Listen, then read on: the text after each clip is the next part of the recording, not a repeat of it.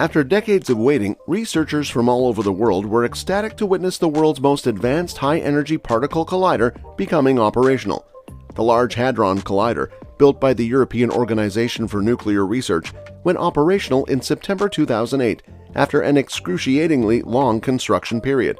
But it took the machine's inventors a good few years to perfect the collider. Since then, the Large Hadron Collider has helped scientists unravel quite a few of the universe's mysteries in various runs.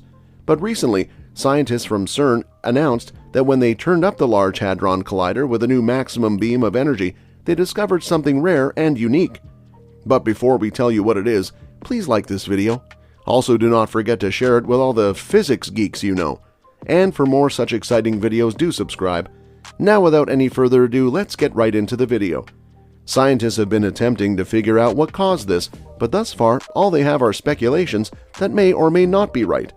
CERN built the largest and highest energy particle collider between 1998 and 2008, in collaboration with over 10,000 scientists and hundreds of universities and laboratories from over 100 countries. It is built in a tunnel with a circumference of 27 kilometers. It lies around 175 meters beneath the France-Switzerland border near Geneva. The first ever collision in this Hadron Collider was achieved in 2010 at an energy of 3.5 tera-electron volts per beam. With the enhancements, it hit 6.5 tera-electron volts per beep, over 4 times the previous world record. The collider has 4 crossing locations where the accelerated particles collide with each of these 7 detectors, which are positioned around the crossing points and are designed to detect distinct phenomena. The Large Hadron Collider primarily collides proton beams, but it is also capable of accelerating beams of heavy ions, particularly lead-lead collisions and prophoton-lead collisions, which are typically performed for 1 month each year. The main purpose of this collider is to allow physicists to test the predictions of various particle physics theories, most notably measuring properties of the Higgs boson and searching for the large family of new particles predicted. Hadrons are subatomic composite particles consisting of quarks that are bound together by the strong force in the same way as atoms and molecules are held together by the electromagnetic force. Baryons, like as protons and neutrons, are examples of generally recognized hadrons. These hadrons also include mesons, found during cosmic ray research in the late 1940s and early 1950s, such as the pion and kaon. A collider is a type of particle accelerator that combines 2 opposing particle beams such that the particles interact.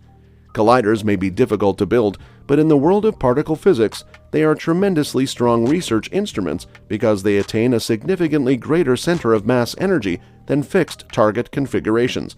Scientists may then examine the results of these encounters to get insight into the structure of the subatomic realm and the natural principles that govern it.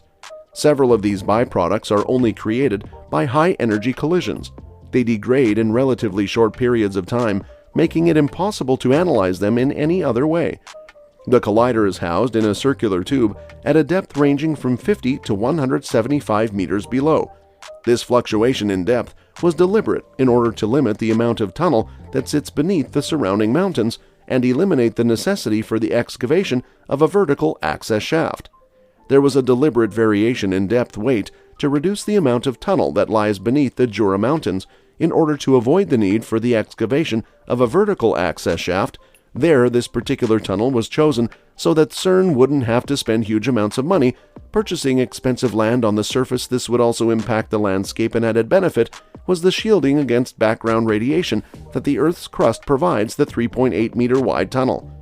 There is a need to enhance the electronics involved, particularly collision energy luminosity and better detectors, as well as a potential rise to 14 tera-electron volts collision energy.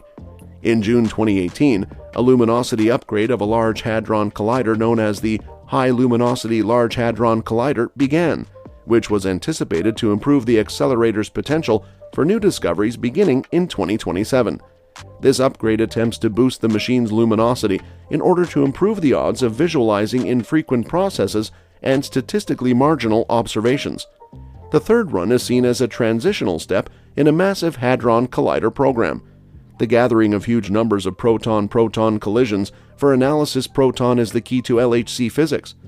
The proton is their preferred particle because it is the easiest to handle and manipulate, allowing it to be accelerated to the highest energies. However, it is not an elementary particle. It is a bound state of quarks, held together by particles called gluons, which are quanta of the strong nuclear force when two protons collide. When particles collide, they release particles that reform into protons, pions, and other more familiar particles. However, when only two quarks or gluons collide head-on, all of their energy is compressed into a tiny spot and then released back to the quarks and gluons, or possibly to heavier known and unknown particles. Physicists can see the laws of nature at incredibly short distances by studying and analyzing these extremely rare reactions, causing a tremendous energy release. As the Large Hadron Collider accumulates data, these experiments will keep building up, thereby obtaining larger and larger samples of these rare reactions. Experts are hoping that they will eventually accumulate enough events to provide irrefutable evidence of a discovery. Bunches of protons smash 40 million times per second at the Large Hadron Collider, with each of these bunch collisions involving at least 50 individual proton-proton collisions.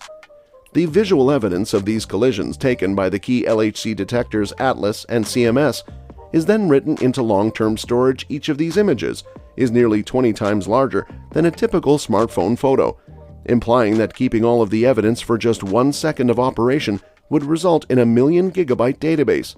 However, in every second of data obtained, the majority of the 40 million events are simple and familiar, with only a few thousand W bosons events and only one Higgs boson event buried in this stream, is then written into long-term storage. Each of these images is nearly 20 times larger than a typical smartphone photo, implying that keeping all of the evidence for just 1 second of operation would result in a 1,000,000 gigabyte database.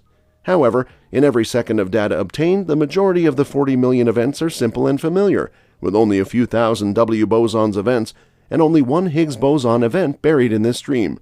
Statistical clues and perhaps some intriguing event images with unique properties will get theorists talking about the high luminosity. Thus, any increase in the dataset might be beneficial. The dark matter particle interacts too weakly to leave a signal in the Large Hadron Collider detectors.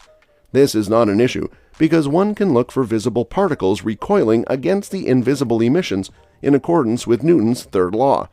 However, in many models, the partners of dark matter particles release very little visible energy, resulting in minimal recoil signals that are not recognized by the experiment's triggers. Run-3 trigger enhancements are intended to improve coverage for such delicate signals, while the higher pace will assist lower a sample of infrequent instances in which the recoiling particles are pushed out into easier vision. Run-3 is the next step of this process, and scientists expect it to produce a number of surprises, such as the recent break in Earth's magnetic field that remained open for several hours.